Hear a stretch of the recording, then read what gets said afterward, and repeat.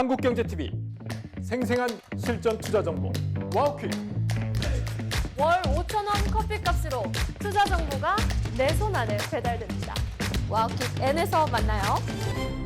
잘 가던 시장이 미끄러졌는데 잘 이해가 안 가는 시장이긴 합니다. 지금 뭐 우려할 문제가 만약에 없다라고 한다면 오히려 기회가 될 수도 있겠죠. 자세히 한번 진단해 보겠습니다. 그래너리 투자자문 이완수 대표 그리고 권미정 캐스터와 함께합니다. 두 분 어서 오세요. 네, 안녕하십니까. 네. 지금 달러 지수가 오전에 98대로 지금 떨어지기도 했는데요. 비트코인도 93,000달러 선이면 글로벌 위험 선호 심리가 지금 꺾인 상황은 아닌 것 같은데요. 네, 그런데 오히려 오늘 환율은 크게 상승을 하고 있습니다. 장중에 오름폭을 점차 키우면서 현재 1,474원대까지 올라선 상황이고요. 아쉽게도 우리 시장은 양대 지수 모두 하락 전환했습니다. 근데 오늘 좀 지금 이 순간에 특이한 점이 삼성전자가 지금 조금 전에 상승 전환을 했어요. 네. 장중에 한 1%대 하락을 했는데 오늘 뭐 HBM4 요게 구글 측의 퀄 테스트를 뭐 통과했다 이런 보도 호재가 나오면서 조금 전에 상승 전환한 것은 그래도 좀 긍정적이라고 볼 수 있겠죠. 예, 기관들이 좀 사는 것 같아요. 네. 올 연말에 지금 산타 랠리가 지금 편안하게 우리가 좀 기대할 수 있는 상황은 네. 아니지 않느냐. 환율이 네. 오히려 다시 올라갔습니다. 네. 지금 환율 때문에 다들 시장에서 난리예요. 네. 난리인데 지금 분위기가 일단 미국 쪽은 산타랠리 분위기가 좀 오는 것 같아 갖고 뭐 저 개인적인 생각으로는 조금 국내 투자가분들이 한국보다는 좀 미국으로 좀 많이 가시는 것 같아요. 예. 이 서학개미 때문 아니에요. 서학개미 때문입니까, 네. 진짜? 그 부분이 좀 요즘 많이 차지하는 것 같아요. 왜냐하면 매크로 지표라든지 이런 전반적인 상황을 본다면은 네. 사실 원달러 환율이 떨어져야 되는 게 맞거든요, 지금 시장에서. 근데 아직까지도 이제 달러에 대한 이제 수요가 계속 증가하고 있는 부분들이 특히 이제 달러 자산에 대한 투자 부분, 정부에서도 연기금융 같은 경우는 사실 좀 외국에 대한 투자 비중 좀 줄이라고 할 정도로 지금 나오고 있기 때문에 네. 그 부분이 좀 강하고요. 두 번째 또 외국인 투자가들도 코스피 시장에서 저 대형주들 위주로 수익 실현을 좀 계속 이어나가고 있는 모습들이 연말에 국내 증시에는 조금 더 당분간 좀 악재로 작용하지 않을까 이렇게 지금 보고 있습니다. 네. 미국 경기 지표가 지금 둔화되면서 글로벌 전체를 보면은 유로화나 뭐 호주 달러 이런 쪽이 오히려 지금 강세를 보이고 있단 말이지요. 우리 경제 성장률도 지금 상향 조정됐기 때문에 원화로 들어오는 게 전혀 이상한 상황이 아닌데 우리 투자자분들 조금 믿음을 좀 가지셨으면 좋겠습니다. 자, 오늘의 이 조정의 원인을 굳이 또 우리가 찾자면은 역시 AI 쪽의 이슈가 좀 있지 않나 싶어요. MS AI 에이전트가 수익을 못 낸다는 소식이 있었잖아요. 네, 마이크로소프트가 지금 AI로 돈을 버는 게 두 개입니다. 첫 번째는 코파일럿이라고 뭐 AI 비서라고 보시면 되고 두 번째는 파운드리인데요. 이 파운드리는 이제 기업들이 맞춤형 AI 모델을 만들어주는 그런 거예요. 네. 근데 이 파운드리 쪽에서 조금 올해 수익을 못 냈다고 해요. 그래서 내년에 수익 전망을 대폭 하향 조정을 했는데 이거를 두고 디인포메이션 측에서 판매 목표치를 하향 조정했다. 이거 돈 못 보는 거 아니냐 하면서 다시 한번 AI 쪽의 수익성 악화에 대한 좀 목소리가 나온 것이죠. 네. 그래서 마이크로소프트는 빅7 종목들 안에서 거의 뭐 가치주 수준으로 엉덩이가 굉장히 무거운 다른 기업들에 비해서는 좀 많이 안 움직이는 종목이거든요. 네. 근데 오늘 뭐 장중에 3% 가량 빠졌고 뭐 장 마칠 때는 한 2%대로 빠졌으니까 MS 치고는 큰 마이크로소프트 치고는 꽤 큰 좀 어. 충격을 받았었죠. 지금 하드웨어 투자가 소프트웨어의 수익으로 연결이 안 된다. 이게 이제 버블이 이럴 때 좀 터지는 거 아니냐 이런 우려들이 좀 있었는데 네. 확실히 이제 근데 소프트웨어 쪽에서 크게 돈을 못 벌고 있는 건 또 사실 아닙니까? 그건 뭐 제가 이제 항상 말씀드리지만 AI 산업의 인프라를 구축하는 단계에서는 당연히 하드웨어가 먼저 들어가는 거고 그 다음에 사실 이제 소프트웨어 쪽에서 매출은 그 다음으로 이어져야 된다라고 지금 보고 있는데 네. 아까 말씀하셨지 마이크로소프트 같은 경우는 사실 뭐 비즈니스가 이제 AI 쪽은 크게 두 가지예요. 클라우딩 컴퓨팅 이제 애저가 있고요. 그 다음에 여기에 이제 맞춰갖고 AI 에이전트인 코파일럿을 쓰는데 사실 코파일럿은 그렇게 많이 쓰진 않아요. 왜냐하면 마이크로소프트 MS 오피스 프로그램 가지고 연결이 돼서 좀 써야 되기 때문에 이렇게 뭐 많지는 않은데 클라우딩 또 애저 같은 경우가 사실 전체 이제 클라우딩 서비스 쪽에서 한 18%에서 20% 정도의 이제 시장 점유율을 갖고 있거든요. 네. 근데 이번에 나온 게 이제 지금 계속 마이크로소프트 같은 게 AI 센터 짓고 뭐 당장 들어갈 수 있는 물리적인 그런 비용들은 되게 커지고 있는데 얘기하는 게 이제 애저였던 사용률, 그 다음에 시장 점유율이 사실 내년도에 좀 떨어질 수 있다. 특히 이제 왜냐하면 뭐 시장에 일단은 경쟁이 심화되고 있거든요. 제미나이도 있고, 그 다음에 라마도 있고, 그 다음에 아마존 클라우드 서비스도 있고, 여기다 엔비디아 범용으로 이제 쿠다까지 있다 보니까 사실 어떻게 보면 당장 마이크로소프트의 어떤 점유율이 떨어질 수 있다는 게 좀 가장 크게 지금 보여지는 것 같아요. 그 우려를 했을 경우에 아무리 하드웨어를 갖춰놔도 결국 나중에 이쪽이 이제 실제 매출을 일으킬 수 있는 쪽에서 만약에 시장 점유율을 확보를 못한다고 했을 네. 경우에 우리가 봤을 때 이제 매출이 떨어진다 이런 문제가 아니라 회사에 사활이 걸려 있다고 저는 보여져요. 예, 그래서 그런 측면에서 본다면 시장의 우려감이 조금 나오지 않을까 저는 이제 그렇게 봐갖고 예. 당장 마이크로소프트가 이쪽 방면에 대해서 뭔가 해결책을 좀 내놔야 될 것 같아요. 예, 그게 없으면은 시장에서 계속 마이크로소프트에 대한 부정적인 견해가 지속되지 않을까 이렇게 지금 보고 있습니다. 그 지금 빅테크들에 대한 경쟁 심화는 점점 점증되는 양상인 것 같은데 사실 반도체 슈퍼 사이클은 거침이 없습니다. 반도체 공급 부족 현상 되게 심각한 수준까지 왔다는 소식이 오늘도 전해지고 있지 않아요? 네, 대만 트랜센드라는 기업이 있는데요. 이게 삼성전자한테 반도체를 받아서 SD 카드 같은 저장 장치를 만드는 곳입니다. 근데 지난달에 삼성한테 낸드 플래시를 한 장도 못 받았대요. 낸드뿐만 아니라 디램 역시 지금 중단에 가까운 수준이다 이렇게 언급을 하기도 했는데요. 네. 트랜센드 측은 이렇게 되면서 최소한 3개월에서 5개월까지는 공급이 부족할 것이다 이렇게 전망을 했습니다. 근데 디램 쪽은 더 하더라고요. 최근에 SK하이닉스랑 삼성전자가 직접 이렇게 외사 IB가 주최한 기업 설명회에 나와서 이야기를 했는데 SK하이닉스는 27년 상반기까지 디램 공급 부족 해소가 어렵다라고 직접 이야기를 했고요. 예. 근데 SK하이닉스랑 삼성전자 모두 시장이 필요로 하는 만큼 막 찍어내지 않는다고 합니다. 보수적으로 가겠다고 했어요. 삼성전자도 직접 우리는 장기 수익성을 확보하겠다, 막 찍어내지 않겠다 이렇게 말을 했고요. 그래서 뭐 전자닉스가 거의 디램 점유율의 70%를 차지하다 보니 이런 부족 현상이 28년까지 반도체 슈퍼왕이 28년 이후로도 좀 이어질 수 있다 이런 얘기가 나오고 있습니다. 지금 한쪽에서는 AI 수익성에 대한 잡음이 나오고 다른 한쪽에서는 지금 메모리 가격이 이렇게 무섭게 치솟고 있고 네. 우리 진짜 안심하고 지금 반도체 투자해도 되는 상황 맞습니까? 저는 뭐 충분히 안심하셔도 된다. 아, 그래요? 왜냐하면 제가 어제 다이소하고 그 오피스 디포를 갔는데 네. 낸드 플래시 USB 하나 사려고 그러는데 없대요. 어... 없대요. 거기에도 제품이 없을 정도예요. 그러니까 이 정도로 벌써 쇼티지가 나고 있는데 저는 다른 것보다 기존에 우리가 반도체 얘기하면 계속 AI 센터에 대한 공급을 계속 얘기했단 말이죠. 여기서 쇼티지가 난다. 특히 AI 반도체들. 근데 최근에 보시면은 AI 데이터 센터에서 시장이 모빌리티라든지 자유주행 특히 뭐 IT 가전제품이라든지 자동차, 항공, 조선, 여기다 로보틱스, 사물 인터넷, 그 다음에 전력 그리드, 방산 쪽에서도 반도체에 대한 수요가 또 급증을 하고 있거든요. 그러다 보니까 지금 반도체가 우리가 AI에만 생각해서는 안 됩니다.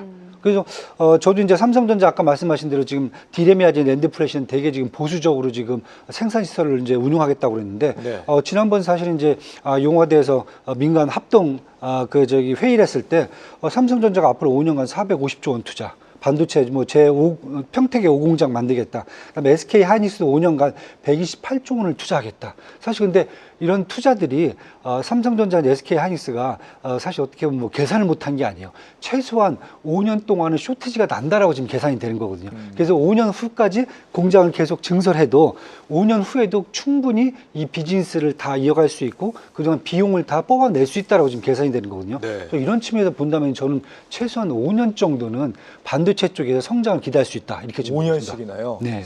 이상하게 대표님이 말씀하시면 굉장히 안심이 되죠.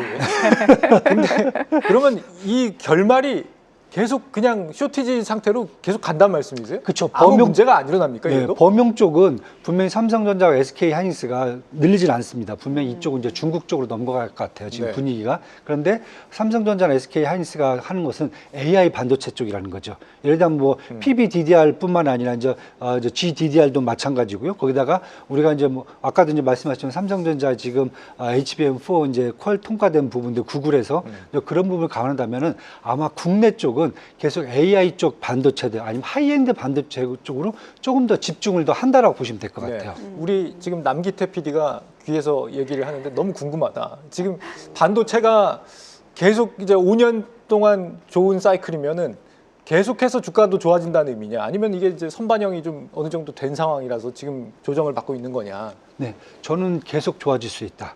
왜냐하면 지금 제가 계속 나와서 말씀드렸던 게 삼성전자 같은 경우는 올해 밸류에이션 정도를 올해 사실 맞췄어요. 시장의 밸류에이션을. 그러니까 오버슈팅 된 것도 아니에요. 딱 보기에.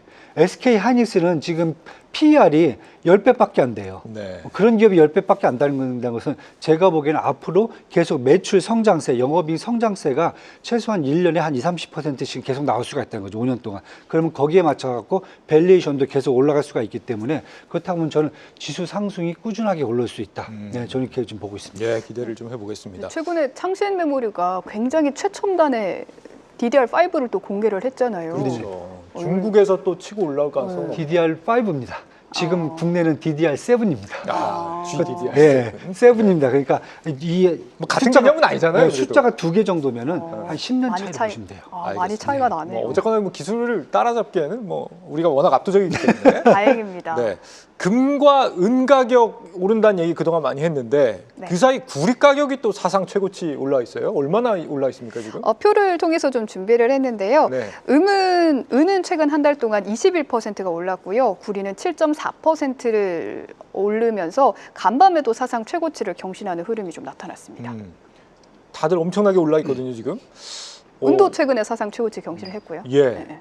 지금 얼마 전에 이 권미정 캐스터의 친구가 투자했다는 그 해운주가 오른 이유가 예, 이 BDI 지수, 발픽 네. 해운 운임 지수잖아요. 네. 이게 네. 이제 원자재 값이 굉장히 오르면서 네. 해운 운임 지수도 같이 오른다는 건데 네. 구리 뭐 광산 쪽에 뭐 공급 부족 이슈도 있지만 대만이랑 뭐 한국 쪽에서 수요가 워낙에 많다고 하는 걸 보면은 그렇죠. AI 데이터 센터나 반도체 쪽에서 이제 구리 수요가 막 넘쳐나고 있는 상황으로 보입니다.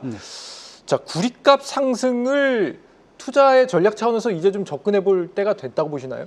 사실 뭐 구리뿐만 아니라 아까 은도 말씀하셨지만은 네. 은 같은 경우에는 사실 금과 같이 무슨 뭐 인플레이션을 해지하는 용도가 아니라 사실 산업용이 더 크거든요. 은도요. 그렇다고 하면 지금은 어떤 현상이냐면은 원자재의 어떤 중간재들이죠. 중간재 가격은 이미 상승을 다 했습니다. 그리고 최근 들어서는 원자재 재료 쪽에서 지금 상승이 올라오는 거거든요. 금이라든지 은이라든지 뭐 구리라든지 하여튼 기본적으로 재료 쪽에서 가격 상승이 이어지고 있는데 최근 들어 산업 소재 분야의 어떤 수요 급증이 결국 파급 효과를 일으키는 게 아닌가. 거기는 뭐 데이터 센터도 있을 수 있겠지만은 뭐 반도체 가격 상승도 있을 거고요. 그 다음에 요즘 또 일본과 중국이 또 반도체 소재 갖고 또 갈등을 하고 있잖아요. 저희가 이미 이제 코로나 이전에 일본하고 한번 그 부품 소재 갖고 한번 붙었듯이 그렇죠. 똑같은 일이 또 지금 발생을 하고 있거든요. 예. 그럼 이렇다고 보면 저는 소재라든지 산업재 쪽에서 업종이 결국 구조적 강세로 가지 않을까. 그렇다고 보면 지금 국내 같은 경우는 가장 혜택을 받을 수 있는 데가 2차 전지라든지 신재생에너지 전력 설비 쪽 이런 쪽과 관련돼 갖고는 지금 원자재 중간재 그다음에 원자재 재료값의 상승이 결국 이쪽으로 또 혜택이 가지 않을까 이렇게 지금 보고 있습니다. 저는 사실 궁금했던 게 구리하면 전선이잖아요. 네네. 왜 2차 전지에도 리튬가가 막 너무 하락해서 역레깅 효과로 막 양극재 기업들이 어려웠다 이런 게 있는데 네. 혹시 뭐 구리값이 너무 상승하거나 너무 상승해서 뭐 전선주들이 힘들어지거나 그런 건 없나요? 전선주도 힘들게 보면 전선주들은 거기다 가격을 붙이죠. 더 붙일 수 예, 있는. 원자재 값 비용에다가 더 가격을 붙이기 때문에 사실 마진이 더 커지죠. 네, 그렇게 보시면 돼요. 조금 곁다리 질문일 수 있는데 지금 원자재 값이 때 아닌 상승을 하면서 네. 우리 생각보다 FOMC 금리 인하가 뭐 이번엔 나오더라도 속도가 굉장히 좀 더뎌질 가능성에 좀 대비를 해야 되거나 이럴 수도 있습니까? 네, 뭐 그런 얘기가 있는데 네. 그게 이제 미국 시장에 전반적으로 영향을 미치기에는 좀 시간이 더 필요하다. 바로 쿠션으로 들어오진 않습니다. 왜냐하면 미국 자체 내에 이걸 생산하는 그런 생산 시설보다는 주로 이제 수입해서 이제 소비를 하거든요. 네. 그럼 수입해서 들어와서 소비하고 이 부분이 인플레이션으로 들어가기엔 좀 시간이 좀 더 필요하다. 그러니까 인플레이션을 자극하는 요소가 뭔가가 지금 생긴 거지 않습니까? 그렇죠. 네. 이걸 감안하면은 내년 이후에 어떤 시장의 흐름이 전반적으로 좀 우리의 기대와는 다르게 움직일 가능성도 있을까요? 사실 지금 그 부분이 시장에서 제기가 되고 있습니다. 연준이 12월 10일 날 일단 기준금리 내린다고 봐요. 내리고 나서 2026년도 점도표뿐만 아니라 그다음에 2026년도 경제 성장 전망치, 인플레이션 지표, 노동 지표들 다 발표를 할 건데 시장에서는 지금 파월 의장의 성격상 분명히 매파적으로 나온다고 얘기를 하고 있어요. 가장 큰 게 내년도 인플레이션 얘기를 할 수 있다. 이미 말씀드린 대로 지금 관세율이 이미 18%로 평균 관세율이 올라와 있어요. 네. 올해는 잘 버텼어요. 재고량 쌓아놔갖고 버텼는데 내년은 직격탄을 맞아서 인플레이션이 올라갈 수가 있다. 그렇기 때문에 사실 되게 매파적으로 나올 수 있다. 이 부분이 시장에 충격을 줄 수 있다라고 보고 있고요.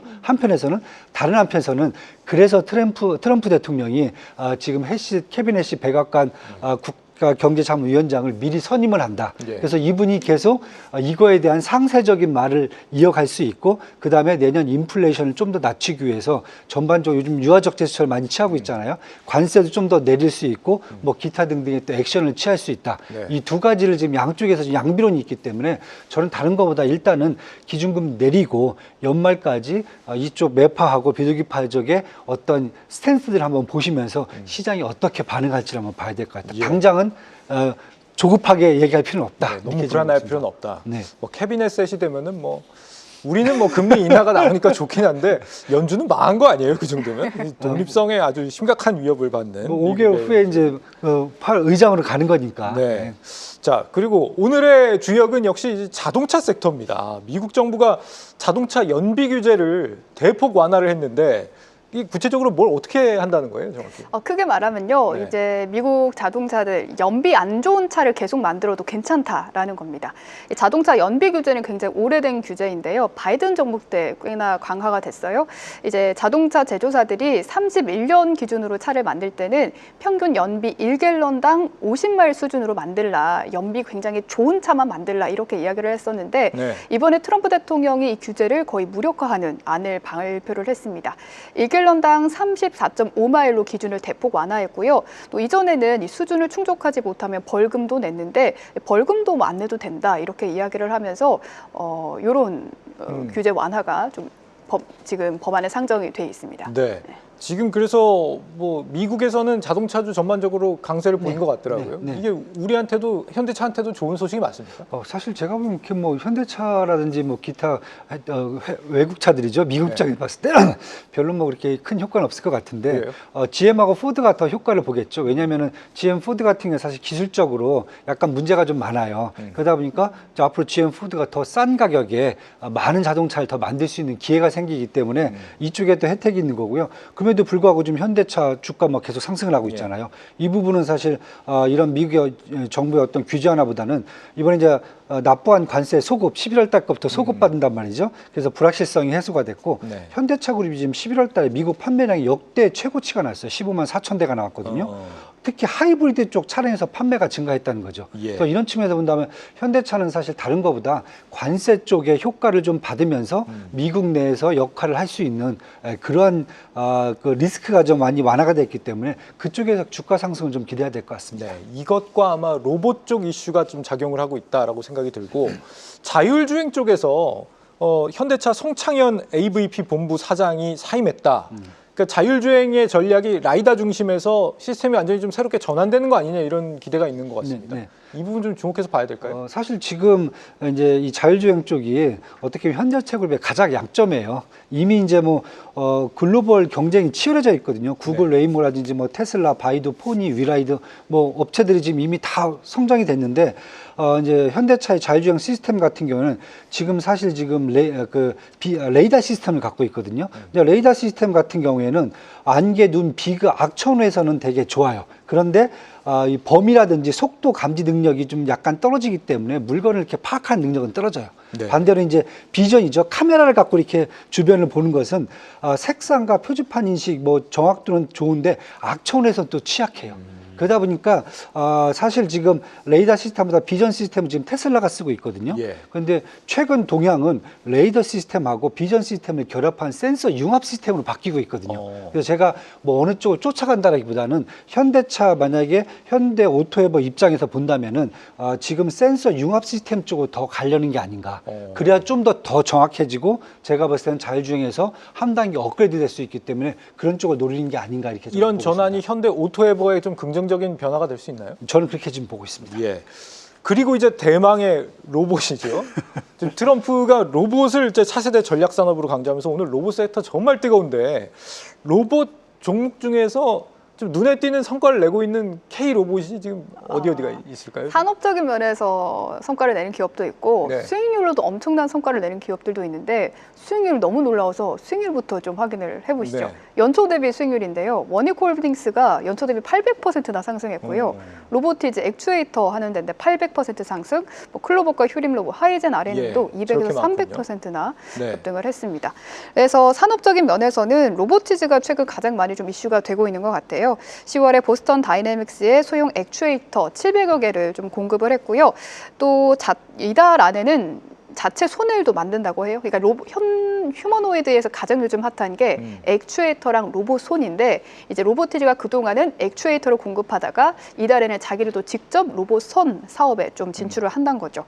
T 로보틱스는 11월에 미국발로 차 부품 공정에 관련한 물류 로봇을 추가로 수주했다. 이런 소식까지 나오면서 네. 이런 이슈들이 굉장히 많았습니다. 예.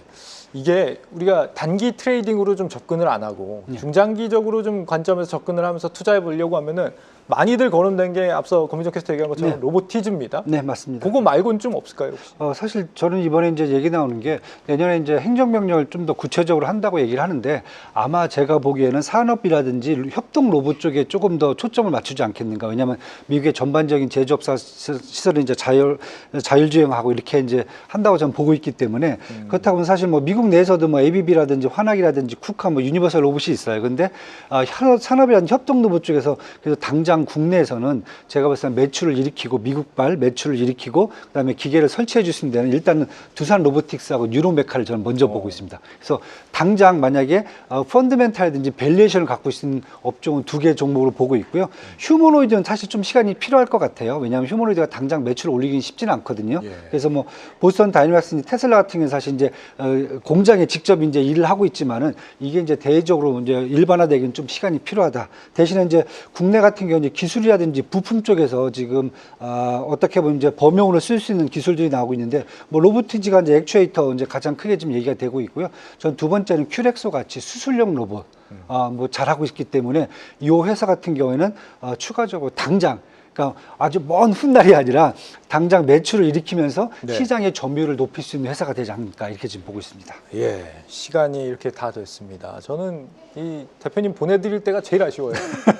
어쨌거나 지금 오늘의 조정에 대해서 크게 걱정 안 해도 된다 이거죠. 네, 저는 뭐 연말이기 때문에 네. 시장에서 누가 연말에 막 그냥 막 돈을 싸들고 와서 사는 그런 시장은 아니거든요.